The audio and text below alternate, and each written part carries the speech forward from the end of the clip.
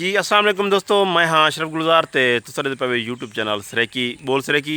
दोस्तों अज मैं तुहानू अपने बेट दे बारिश आवन तो बाद कुछ मनाजर दिखेंदा पियां कि साढ़े नाल क्या क्या गुजरती है। बारिश आवन तो बाद ये सूरत हाल होंदी है बेट दे सारा सड़कां पानियां भरी वजन, साको कोई पक्कियां रोड वगैरह मिले है नहीं, इवें ही सारे इवें ते ऊँ तो बाद जेल्ले बारिश आ वेंदी है साडी सिचुएशन क्या होंदी है, सड़कें तो असां गुजरते किवें हैं, कितने खुश होने हैं या कितने असां दुखी होने हैं।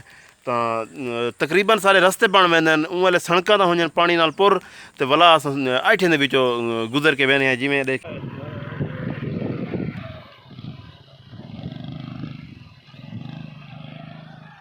इवें सीधा उबे दे कट वे सीधा वजांडे ओ ये जेह्ड़ा सफ़र करावण कन्नै। अच्छा तू उडो मोड़ा मैं डोना पिया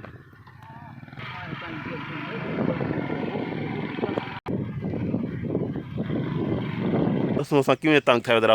अज मैं तो सारी सूरत हाल लिखे ना कि मोटरसाइकिल किवें गुजरजा पिया, कितने लोग कख थिया पे होंदन ते सारे आखिर स्टूडेंट भी गुजरते हैं। अज मैं तो स्टूडेंट भी दिखे ना कि वो ई रस्ते तो किवें गुजर के वेंदन, किवें तंग थिया वेंदा रहंदन। अच्छा ये दसावो ई रस्ते के तुसां कितनी खुशी वे या कितनी तुसां काकी वे ई रस्ते कने। अच्छा क्या अच्छा ते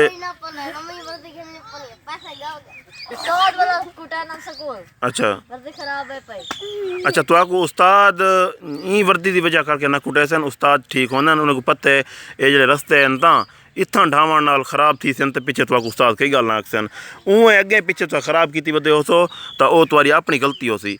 अल्लाह करे सी ठीक ठीक लगे वे तो ध्यान नाल वजाए।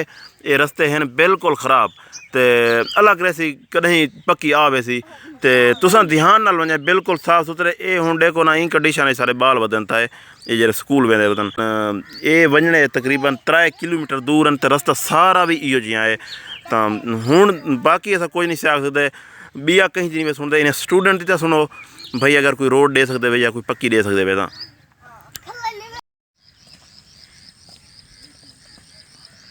जुलो जुलो जुलो शाबाश जुलो ख्याल नाल ख्याल नाल।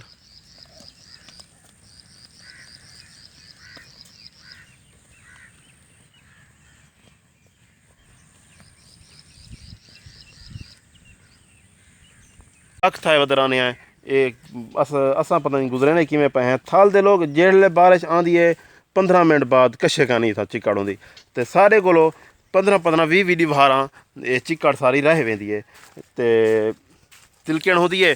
और नहीं लोग दुआ देंदे कि दुआ तो नहीं होती बद दुआ होती है कि निकल वन बेट पीता पाई उन्हें दी क्या हालत होंदी है, क्यों वो बद दुआ देंदे पे होंदन। उन्हें मकसद ये होंदे कि जेड़े वेले बेट निकल वैसी तो उत्थां सारी चिक्कड़ होसी ढासी मरसी आपे वधा। बाकी असां इन्हें कतल ना करूँ तो असां अपने गल कतल का केस ना पाऊँ, इह वजह होंदी है ये बद दुआ दे मरदी निकल वन बेट पीता पाई इह है। ये सारे रस्ते मतलब ये जिवें हुण घाह वाठा पाए ई घाह दे विचों असां निकल वैसूं ते उं वाले पानी जो घट हो सी ना चिक्कड़ तां इतनी ज़्यादा हो सी कि ना सड़कें ते ज़्यादा चिक्कड़ होंदी है।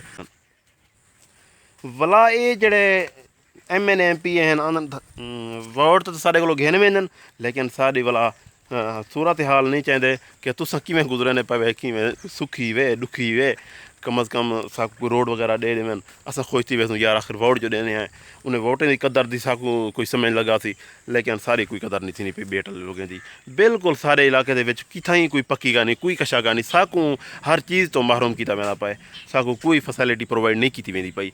सारी सिचुएशन बस इहा ही होंदी है असां बड़े तंग थीने अज तो दिखेंदा ना मोटरसाइकिल किवें गुजरते पे असां लोग किवें गुजरते हैं रोडें तो पता लग वैसी क्या क्या सारे नाल होंदी है तो सारी ये क्यों नहीं सुनते किवें वञा।